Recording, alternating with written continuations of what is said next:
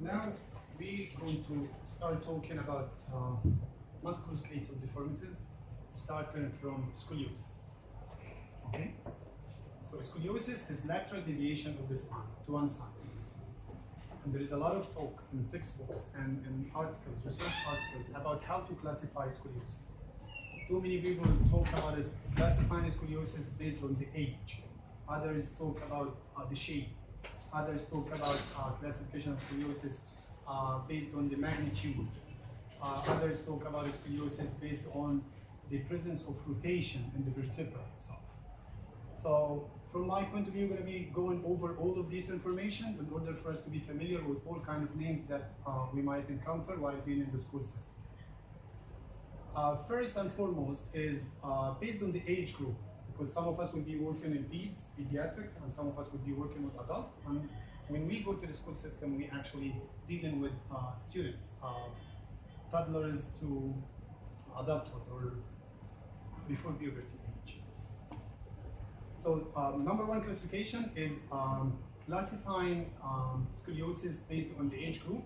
And from this perspective, they classify scoliosis into number one, infantile, which is from 0 age to 3 years old. Okay, so you're talking about babies having this kind of scoliosis, and if you work with pediatrics, you will see these kind of kids.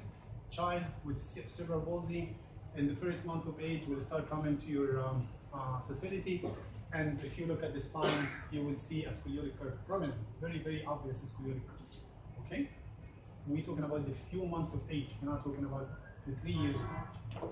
And number two is juvenile, which is between the age of 3 years old to the age of 10. And number three is adolescent, and this is the age from 10 to puberty. And then the adult that comes after puberty. Any adult person who develops scoliosis after being an adult is what we call adult scoliosis. So this is number one classification of scoliosis. Number two classification of scoliosis is mild, moderate, or severe. Any curve, any scoliotic curve under 10 degrees is considered malposture. That's all. Postural variation. Could be that this child is too thin, this child is too fat.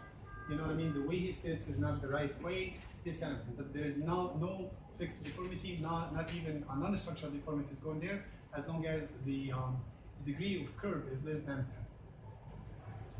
From 10 to 20 is considered to be a moderate scoliosis, and from 20 to 40 is a severe case of scoliosis. Okay? So far so good? Less than 10 is nothing to worry about. Okay? From 10 to 20 is mild, from 20 to 40 is moderate, and from 40 and up is severe. I'm sorry. Amen? The other way of looking at scoliosis and classifying scoliosis is structural versus non-structural scoliosis. Okay? And structural scoliosis, non-structural scoliosis is the scoliosis, the kind of scoliosis that will change. The hump of the curve will disappear if you do the bend and forward test. And all of these information, all of these tests, hopefully we're going to come to them today or two. When you do the forward bending test, when you ask the student to put his feet together, stand upright, okay, put his hands together and lean all the way forward, trying to have his hands touch the floor or touch his feet. This is the bend forward or forward bending test to assess the scoliosis. Of course, you're going to be sitting right behind the student, and you're going to be looking at the hump of the curve. If you see a student curve, obvious, very obvious, and standing, and continue to show up while you're doing this kind of test, that's a structural scoliosis.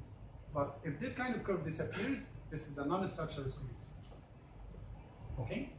There is another thing that we should think of while assessing and evaluating scoliosis in order for us to identify or to classify scoliosis based on this kind of classification is the rotation of the vertebra. And we're not going to be able to tell about the rotation of the vertebra by observation or palpation, but you're going to need some x-ray to be done to the students. Of course, single x-ray pictures are not enough for any kind of problem, because I encountered this kind of problem in my career since coming from America 3 years ago. Too many people come to you with just one view. This is not enough. If you look at any textbook in imaging that used to be called radiology, is they talk about a minimum of 2 views should be considered looking at while you assess in any kind of plane X-ray. So rotation of the vertebra, the body of the vertebra itself rotates towards the convex curve, convex side of the curve, and the spinous process rotate toward the concavity of the curve. Okay, and that's exactly what you're going to see in the plane X-ray radiograph if you look at one.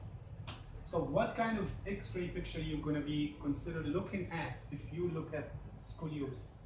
Talking from the plane's perspective, we stated earlier. The assessing scoliosis from okay, you have X-ray now. You have X-ray, lateral view, AP view. What view are you going to look at scoliosis? AP view. Okay, but if you look at the lateral view, imaging, radiology, you're not going to see anything. How about kyphosis? AP view or lateral view? Lateral view. Okay, that's why the reason for us to go over axes and planes at the beginning. Okay, that's one thing you go into benefit of these kind of things, and the other thing when, as we stated earlier, that when we get to the part that how we're going to be assisting students for musculoskeletal deformities, that's the other part. So the X-ray will show the body of the vertebra rotate toward the convex side of the curve, and the spinous process will be rotating toward the concave or the concavity of the curve. Okay? So far we spoke about mild, moderate, or severe, the age, classifying scoliosis based on the age, classifying scoliosis based on the magnitude of the curve. What else? Any other classification of scoliosis? Anybody remember?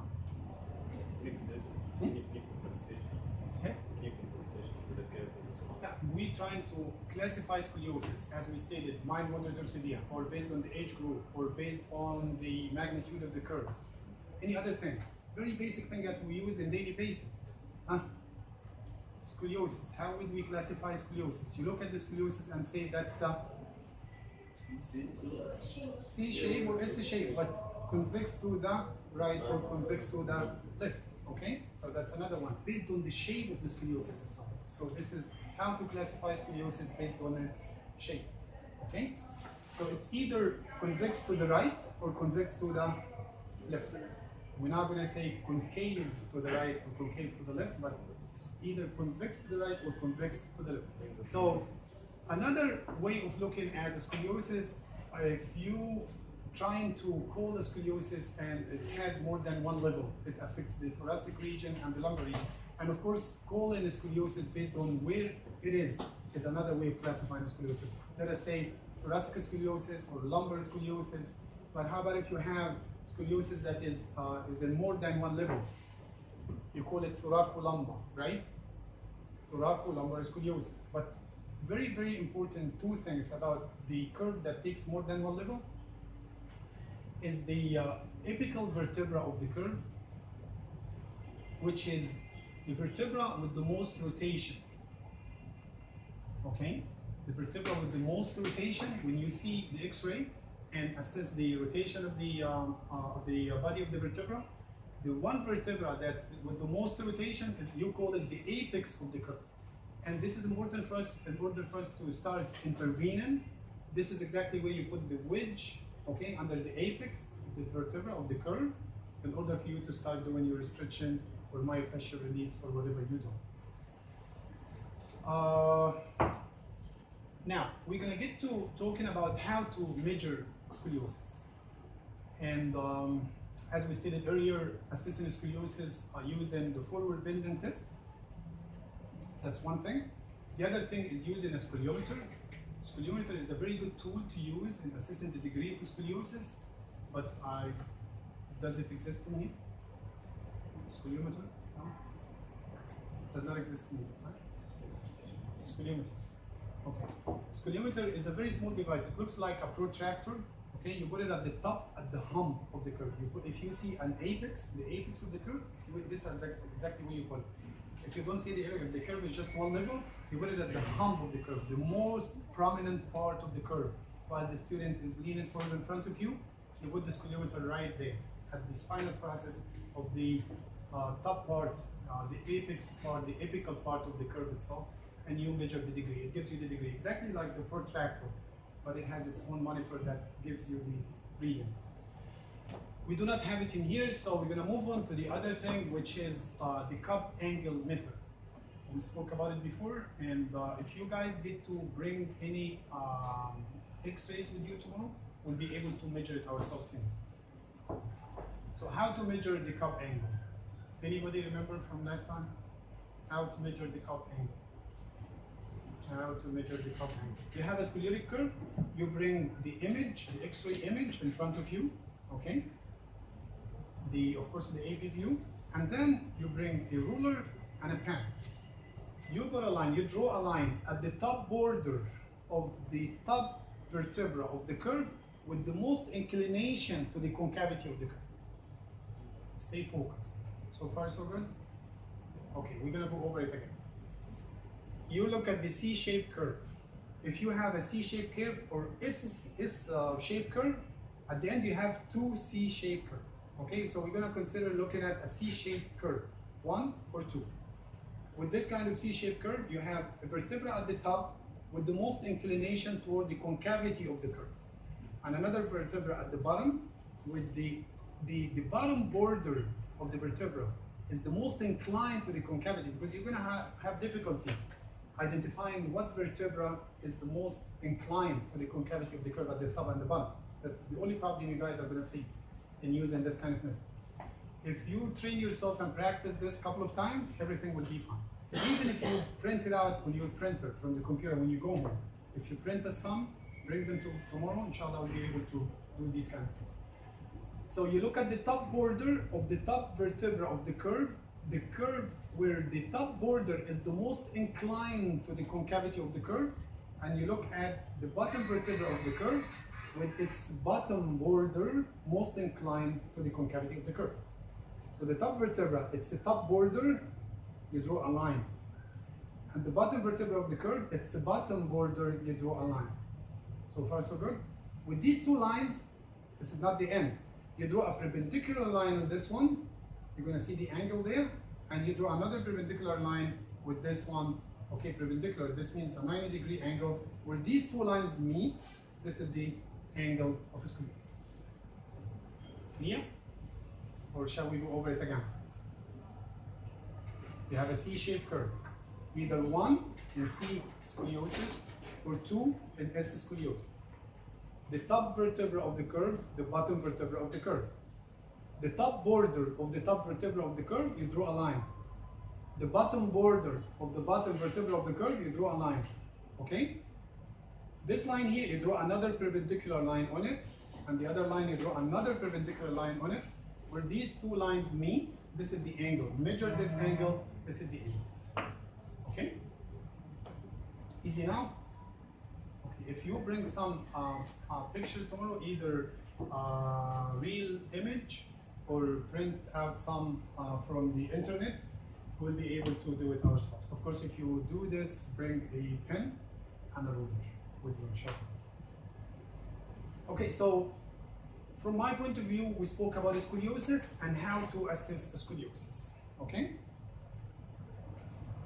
Let me just go over some very basic facts, since we spoke about assessing scoliosis using the forward bending test, assessing scoliosis using the cup angle method.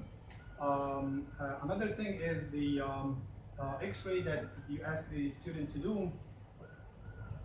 We're not going to talk much about this because it's not our specialty, but since we mentioned this kind of thing, we're just going to go over it briefly. There is a from supine to sit X-ray. You ask the student to lay on his back, and then while taking the image, the student will be trying to sit up. Okay, and that's exactly what we do in the forward bending test. If the hump continues, that's a structural. If the hump disappears, that's a non-structural scoliosis. Okay, that's another way of assessing scoliosis. I'm going to go over some basic facts about assessment of any kind of problem in the whole human body. And the other thing is, not the other thing, the main part of us to look at students, we're not going to be only going to the classrooms and asking the student to stand up and walk in front of us and then leave the classroom and that's it. You're going to consider some kind of rules, principles of doing this. Number one, the teacher himself has to be informed about the day you come. Number two, the administrators have to be informed about the day you come. Number three, the students have to be ready to take their pants off and take their top clothes off in order to be right in front of you with shorts. So for you to go there, you have to inform the administrators that students should be on that day wearing shorts in order for you to be able to assess the spine the right way. So you're going to ask the student to be in shorts. You're going to ask the student to stand in front of you, okay, in the normal anatomical position. Okay, you're going to look at the student from the front. You're going to look at the student from the back. You're going to look at the student from the right. You're going to look at the student from the left. You're going to ask the student to walk in front of you. You're going to ask the student to lay on his back and look at the whole student and whole body. You're going to ask the student to lay in his stomach and look at the whole body. No matter what the deformity you're trying to assess, I urge all of you and encourage all of you to do all of these, okay? Because I'm not only looking at the deformity that it's showing while the student is walking, I'm looking for a deformity and its consequences. Did it hurt any part else of the human body? Would be any compensation somewhere else in the human body? Would be any muscle weakness somewhere? Would be any muscle tightness somewhere else in the human body? So if you get to the classroom and see a scoliotic curve, do not say, okay, this student has a scoliotic curve and that's it. How about if it's a C shape or S shape? You have to consider looking at this. How about if you would see a student with a kyphotic back and that's it for you? This student has a kyphotic back and that's it, you leave. No. How about if there is a hyperlordosis in the lumbar region as a compensation for the kyphotic curve? Okay? If you're looking at a in-towing problem with the lower extremity, would it be because of the femoral anteversion? Would it be because of the tibial torsion, internal tibial torsion? Would it be because of a metatarsus abductus or metatarsus varus at the foot? Would it be a combination of all of these? How about if the student has a syndrome? You know what I mean? How about if the student has a syndrome, has another problem that maybe he's not aware of? You know what I mean? Maybe there's a genetic disorder going on. And you might encounter a child who's coming to your office with a problem that, okay, the way he walks start getting odd, start getting bizarre.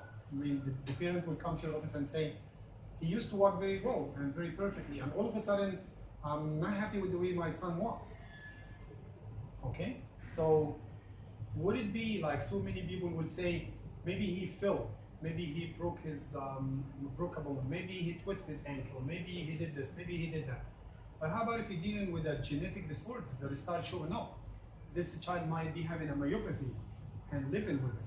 You know what I mean? And if you ask the parent to go for like a neuroscience doctor or whatever specialty and have the lab test done and these kind of things, you might be helping the students in at least postponing the consequence of these kind of deformities.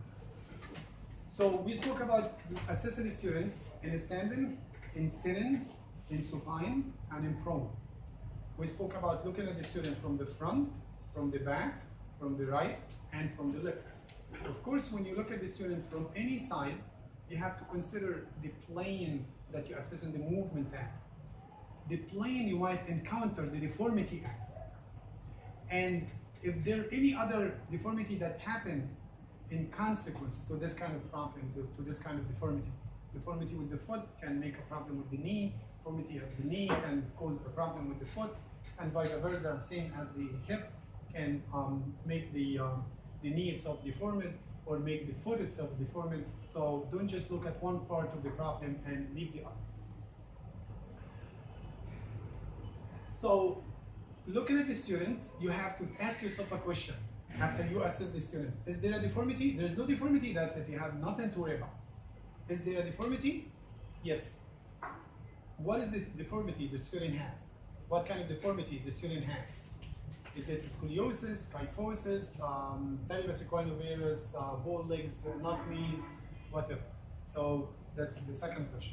Third question you have to have in mind, is there any consequence that happened in the body, in any other part of the body, because of the presence of this deformity at the beginning? Number 5 question is, would it relate to this specific part only, or would it relate to another syndrome that is going on with the student. You assess the student, you identify the student with the problem, you write your own report about this student. The student has a scoliotic curve, you want to describe it as a right convex scoliosis, you want to describe it as infantile, juvenile, whatever. You want to describe it as a fixed deformity structural curve that requires more investigation. You have the basic knowledge about all of this for them. Okay? So, any question about scoliosis before we move on? You guys need a break or something? Maybe 5 minutes if you want? Okay? Because I see some people. Okay, 5 minutes break and then we're going to get back.